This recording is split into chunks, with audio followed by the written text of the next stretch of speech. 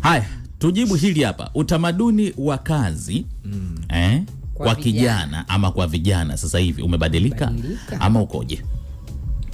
Na tumaini hapa mmemaanisha vijana wa sasa. Nafikiri utamaduni wa kazi kwa vijana wa sasa umebadilika kwa kiasi kikubwa sana. Kwa sababu vijana wa sasa, cha kwanza kabisa, wengi wao hawaamini katika ile system ya zamani ya kazi, ile kwa kizungu wanaita 9 to 5, kwamba kuingia kazini kila siku asubuhi na kutoka jioni, mwezi mzima, mwaka mzima. Wengi hawaamini katika hiyo. Wengi wanaamini kwamba unaweza ukasoma, ukamaliza kusoma. Wengine siku hizi hata wanapuuza umuhimu wa elimu, japokuwa mimi siipuuzi. Unaweza ukamaliza kusoma na ukafanya mambo yako mengine. Whether ni biashara ama fursa nyingine ambazo zipo, na hasa hizi za mtandaoni. Mimi ni mtu wa mtandaoni, kwa hiyo ninaelewa uwepo wa fursa nyingi sana zilizopo katika mitandao. Kwa hiyo vijana wengi wa sasa hawaamini kabisa katika ule mfumo wa kizamani. Na hapa kumekuwa na ugomvi mkubwa sana kati ya wazazi na vijana, kwa sababu mzazi ambaye yeye amekuzwa katika, tangu anakuwa ameona baba zake, wajomba zake, ndugu zake wote wakiwa katika ile system kwamba amesoma, amemaliza, akatafuta ajira, na sio hata kujiajiri. Yani sheria ilikuwa ni hiyo, usome, umalize, uajiriwe. Kwa hiyo kijana wa sasa hivi mzazi amemsomesha vizuri mpaka amemaliza. Kijana akitaka kujiajiri ama kufanya mambo mengine, wazazi hawaelewi kabisa.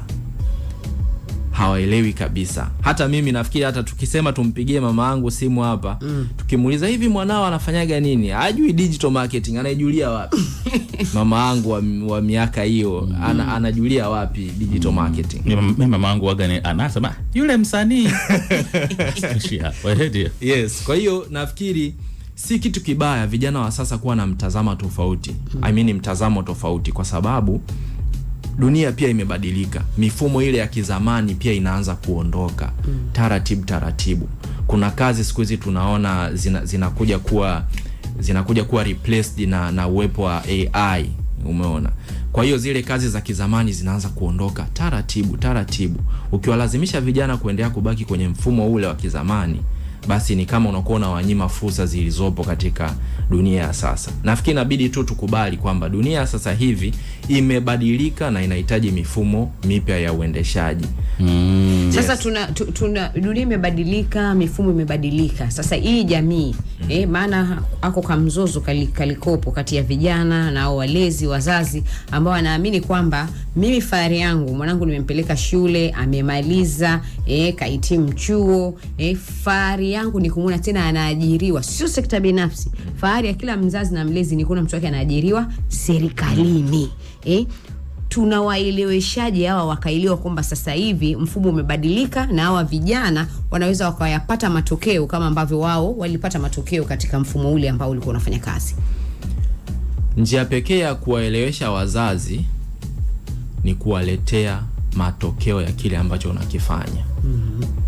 Yani wewe kama mzazi unaona mzazi wako of course hawezi kukukataza kwa sababu wewe tayari ni mtu mzima. Ila tu atakuwa hakubaliani na kile unachokifanya. Hasa wewe unachotakiwa kufanya, leta matokeo. Anakudauti hapa, mwisho wa mwezi mtumie 300,000. Tabadilisha mboga hapo mama. Huku na huku umemtumia 500,000.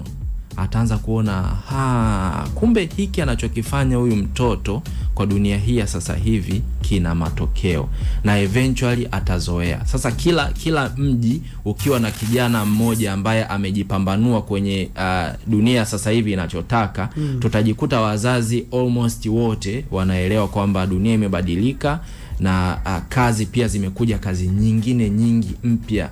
Yani kuna kazi nyingine nyingi sana mpya ambazo zimekuja ambazo hazikuwepo kwa kipindi hicho. Sasa hivi mtu ukimwambia labda unafanya kazi labda ya social media management, mzee wa zamani hakuelewi, lakini hiyo ni ajira mpya ambayo ipo na watu wanaishi kupitia hiyo ajira na wanaishi maisha mazuri. Wanajaribu kuwaza sawa hizi hapa kazi ambazo tunazo, utamaduni wa kazi kwa jinsi vijana ambapo ilivyobadilika na tunavyoenda na hii hapa dunia yetu. Lakini ukiangalia kwa vizuri zaidi unagundua zile sio ajira za kudumu. Zile zinaweza kupotea muda wowote ule. Zina pension, ndicho wazazi wanacholilia, hamna pension pale. Na kama unavyofahamu kwamba binadamu bwana, sisi hapa ni vilema watarajiwa, sisi hapa ni wagonjwa watarajiwa, sisi hapa ni wafu watarajiwa. Umeelewa? Ni sahihi vijana kuendelea kubaki kwenye mlengo huu? Hivi ni vitu vipya na ndio maana havipo hata kwenye mfumo rasmi wa kiserikali. Ameongelea issue za pension hapa, lakini naamini kwa kadri ambavyo tunazifanya na kadri miaka inavyozidi kwenda, eventually zitaingia kwenye mfumo rasmi kabisa wa kiserikali. Zitakuwa ajira rasmi kabisa. So naona sasa hivi kwa mfano wa content creators wameanza kurasimishwa BASATA na wapi. Taratibu hivyo tunaanza kuingia kwenye mfumo ambao ni rasmi. Kwa hiyo hauwezi kusema kwamba ni ajira za muda mfupi. Eventually zitakuwa ndio ajira za muda mrefu. Kumbuka bwana, tuko kwenye dunia inayoendelea, dunia ya tatu hii hapa, si ndio? Lakini kuna dunia ambazo tayari zimeshaendelea. Ni nchi gani iliyoendelea? Sawa, kwa sababu tayari imeshatupiga gap zaidi ya miaka 50 na si ndio? Katika kila engo. Ni nchi gani ambayo iliyoendelea? Sisi hapa tunachoona kwamba mwisho wa siku kinaweza kikaja kuwa ajira rasmi, huko tayari imeshakuwa ajira rasmi. Okay, sina takwimu ya moja kwa moja ya kusema kwamba kuna nchi ambayo tayari imesharasimisha hivi vitu. Sina takwimu. Nikipata hiyo takwimu naweza nikashare wakati mwingine tutembelea. Maana yake tupo katika imani. Imani ni kuwa na uhakika na jambo litarajiwalo. Kwamba tunaamini huenda ipo siku inaweza kuja kurasimishwa. Na imani inakuja siku kutokana na michakato ambayo imeanza. Kwa mfano kama hivyo serikali imetoa hizo bilioni ngapi na hii michakato pekee hii ambayo ilikuwepo inaonyesha kwamba hiki kitu ni kitu ambacho ni kinakuwa na tayari kimeshaanza kutambulika. Kwa hiyo maana yake ndani ya miaka, tena sio hata wakati ujao mrefu sana, ndani ya hii miaka 2-3 utaanza kuona we mwenyewe mabadiliko makubwa sana, na hizi zinakuwa ni ajira rasmi kabisa. Kitu kingine kwa hawa vijana kwenye swala zima la ufanyaji kazi, nimeona sana na hata wakati mwingine huwa tunakutana nao kwamba wakati tunakuwa sisi tulikuwa tunaambiwa hivi, yani ujifunze kuvumilia kazini. Sio, umeelewa vizuri? Vumilia matatizo ya kazini.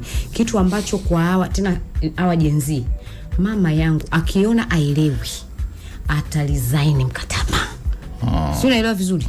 Tofauti na millennial toka wewe hapana, hamna, labda mwakani mambo yanaweza kubadilika, lakini kwa hawa vijana mambo ni tofauti. Akiona haoni mwelekeo, anaachana na hicho kitu na anaenda kutafuta kitu ambacho ataona mwanga. Na takwimu zinasema kwamba Gen Z hawaoni tabu kuacha kazi. Sio shida zao. Na mimi ni mwajiri pia, kwa hiyo ninaelewa kwa kiasi kikubwa. Kwenye kampuni yangu nimeajiri na wengi pia ni Gen Z. Kuna Gen Z mmoja aishe kuja kuripoti kazini siku moja tu, afu akapotea bila hata taarifa. Ulivyofuatilia uligundua tatizo ni nini? Kwa nini akurejea tena? Nafikiri inawezekana labda alipata ofa kwingine, pengine labda kuna matarajio alikuwa nayo, amefika hajakutana nayo. Yote hao yanawezekana, hatujui kichwani mwake kilikuwa kinaendelea kitu gani. Lakini wameshapita wengi mikononi mwangu, kwa hiyo naweza nikasema ambacho unakisema ni sahihi kwa 100%. Na nafikiri uwepo wa hizi ajira ambazo sio rasmi kwa sasa, umewafanya Gen Z waamini kwamba maisha ni rahisi sana na wanaweza wakatoboa muda wowote. Kwa hiyo ndo maana akija kazini akaona kwamba haelewi siku 2-3 mwezi, anaachana na hiyo kazi. Anaamini kwamba kuna mahali kwingine ataenda ama atafanya issue zake nyingine na ataingiza kipato kizuri. Kwa hiyo naona hiyo ni effect ambayo imeletwa pia na uwepo wa hizi ajira ambazo Gen Z sijui waga ni wanawaza nini. Mimi na mdogo wangu yule ambaye kamaliza show hiyo. Yani nimehangaika, tumemtafutia kazi nini fresh, kapewa mpaka nauli na bosi wake, na sio hali ya kawaida. Ndio. Pesa ya kujikimu. Haendi tu. Fresh tu. Nilikutana na nadharia kadhaa ambazo Gen Z wanasema na kile millennial ambacho tumeaminishwa kwamba ukikaa kazini muda mrefu, yani ukifanya kazi kwa muda mrefu, kwamba ndivyo utakavyopata matokeo bora kuliko eti umeenda sijui kazini eti umefanya kazi sijui masaa matatu. Bwana mimi kama nimekuwa kazi natakiwa nifanyike saa ngapi? Si saa 3 mpaka saa ngapi? Saa 6. Ile saa 6 hapo nikimaliza niende zangu nikacheki mitikasi nyingine. Lakini sasa wale vijana wengine sasa tuseme hao millennial naamini kwamba akiingia kazini pale saa 2 mpaka saa 10 au saa 11 hivyo ndivyo kazi inavyotakiwa kuwa. Lakini hao vijana wakwambia hapana, hiyo haitakiwi kuwa na inanyonya nguvu, yani inakufanya maisha yanakuwa bored. Nafikiri kwa sababu pia ya ili swala la branding kwamba anamuona kuna kijana fulani, unajua tunaposoma darasani tuko watu 60, kila mmoja pale atapita katika njia yake. Anamuona pale Elinyota akitoka pale radio, unamsikia sehemu fulani, namuona sehemu fulani, alafu mbona kama anavielela. Okay, anafanya kazi kwa masaa mangapi? Masaa 3 ndio analipwa hela ile. Kumbe inawezekana. Na kuna vijana fulani nimeshawahi kuwasikia wanasema ukiona umefika katika ofisi fulani hakuna hata viti ya mfanyakazi pale, acha kazi bwana, wewe unabaki kufanya nini hapo, kwa sababu hamna. Na ndio maana nilikuwa nasema kwamba hivi ni vitu vipi, inabidi wote tukubaliane. Hizi ajira zote ni mpya, zimekuja hivi karibuni. Kwa hiyo pia zinahitaji tupeane muda, tuwaelimishe hawa vijana kwamba sawa, unataka kutoboa kupitia labda content creation, unataka kuwa content creator, lakini content creation ina misingi yake, inatakiwa ufanye 1 2 3 ili uweze kufikia hayo malengo ambayo wewe unahitaji. Kwa hiyo nafikiri hapa kuna gap kubwa. Ni sawa vijana wanajua wanachokitaka, ila hawajui kinavyopatikana. Okay, nzuri. Kitunza. Yes. Wanajua wanachokitaka. Mimi nataka mafanikio, nataka gari, nataka nini, ila hawajui process ya kinavyopatikana. Na process kinavyopatikana ndio hizi sasa. Kwamba utahitaji, kuna muda utahitaji kujifunza, ukae kazini ama ukae kwa mtu ujifunze huo ujuzi. Kuna hata kama sio kazini utahitaji upate muda wa kujifunza. Ndio maana unaona kuna vijana wanaishia kufanya vitu vya kujidhalilisha huko mitandaoni kwa ajili tu wapate ile kutrend na wenyewe waweze kufahamika kama content creators, lakini kumbe kunakuwa hakuna kitu ambacho wanakigain. Utamaduni wa kazi kwa vijana, je, umebadilika ama uko sahihi? Of course tunazungumza hapa na Peter Rusagira, na namba ya kutuma ujumbe mfupi ni 0683802966.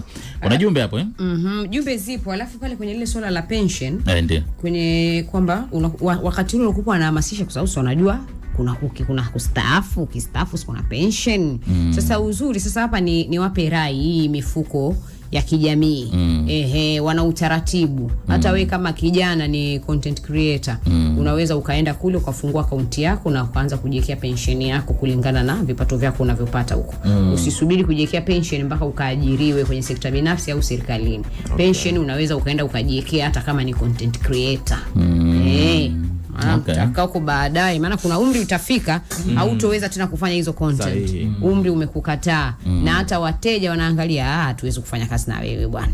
Wakati kuna damu changa huku zinakuja ndo tunataka mitazamo mipya, nguvu mpya. Kwa hiyo sasa wakati huko kwenye ujana, nenda ipo mifuko hiyo imeweka utaratibu wa watu ambao wamejiajiri kwa namna yoyote ile, wanaweza wakaanza kujiwekea pale pension kwa muda fulani, baadaye huko unachukua kikokoto chako, maisha yanaendelea. Wote mifupa kama meno ipo.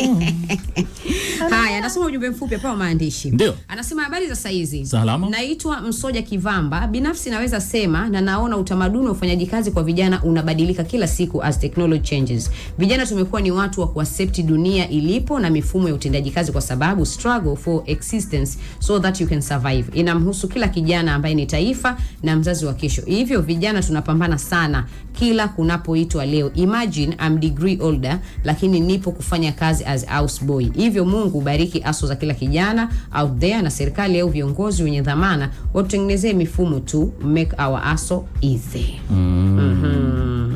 Oe, uko wapi degree older houseboy? Uko wapi? Kaka Edi? Naam. Hiyo Azam TV Max hapo inafaa kulipiwa 2,000 kwa wiki. Ndio. Si ndio tukio ulipe 2,000 kwa wiki? Akaongeza. Mimi naona sasa hivi wazazi wote wasomeshe watoto wao private school. Kama serikali haitoi ajira, wabaki na shule zao, anaitwa Festival. Sasa nani anakuambia huko private ndio wanatoa ajira? Umemsikia? Haya, anasema nimsome kama Elisha kaka brandi zinazidi. Kuna watu akifika msibani wanaagiza pilipili tena kwa sauti akisema mimi siwezagi kula chakula bila pilipili. Jamani vipi hapo? Sasa binafsi jamani. Sio brand jamani sio brand. Brand inaandamwa. Anaitwa Dudubaya, anatokea Mwanza, kuimba Maige. Inawezekana ama isiwezekane watoto wa mama mmoja baba kutofautiana kupendana. Akaongeza hapa, vijana wa sasa hivi badiliko ni kubwa sana na baadhi yao hawataki kazi ngumu za kila siku. Yes, kwa sababu wameona watu wamefanya kazi ngumu na hamna walichokipata. Ile mambo ya kuoka hadi wana work smart. Anaitwa Mwita Chorwa, yupo Mara, Butiama. Vijana wa sasa wamebadilika, maana wanabuni biashara mbalimbali, wanajiajiri wenyewe. Wa zamani walikuwa wanazurura kutafuta kazi za kulisha ng'ombe, lakini kwa sasa wamebadilika sana. Ngoja nisome hapa SMS 3 ili tumalizane na coach. Anasema samahani, nahitaji kuuliza na acha ujinga wewe. Wewe baba Oscar, afu unajiita baba Oscar. Baba Oscar. Sasa ndio wale wanataka umaarufu, ndio kile alichokisema nani? Anasemaje? Yaani kwamba kuna mtu anajirekodi akiwa anatoa haja kubwa. Alafu anapost kwenye mitandao. Ndio wale sasa wanaotafuta umaarufu afu akitarajia baada ya kwenda viral apate aonekane yeye content creator. Kumbe anajizalisha. Huyu anasema ukitaka kijana awajibike mpunguzie masaa ya kazi yasizidi 4. Stanford Mtwe, utamaduni wa kazi kwa vijana umebadilika tena sana. Nasoma moja ya mwisho kwa sasa hivi. Vipi hapo mjengoni? Baraka kutoka Kinapundu Singida yuko pamoja nasi. Tunahitimisha vipi?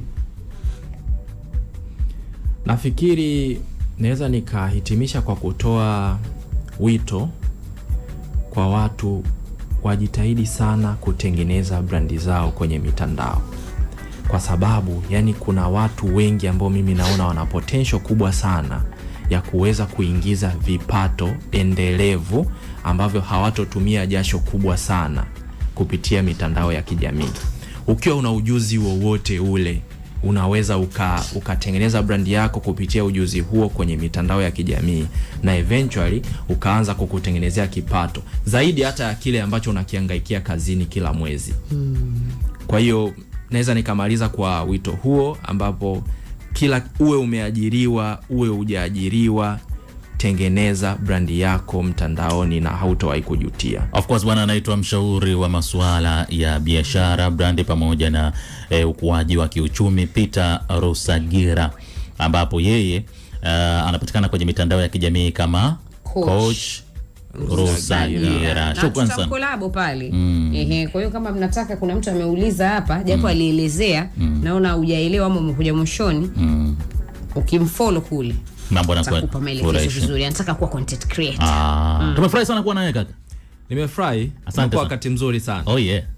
Anaitwa DJ 45 King TZ soon. Pilika.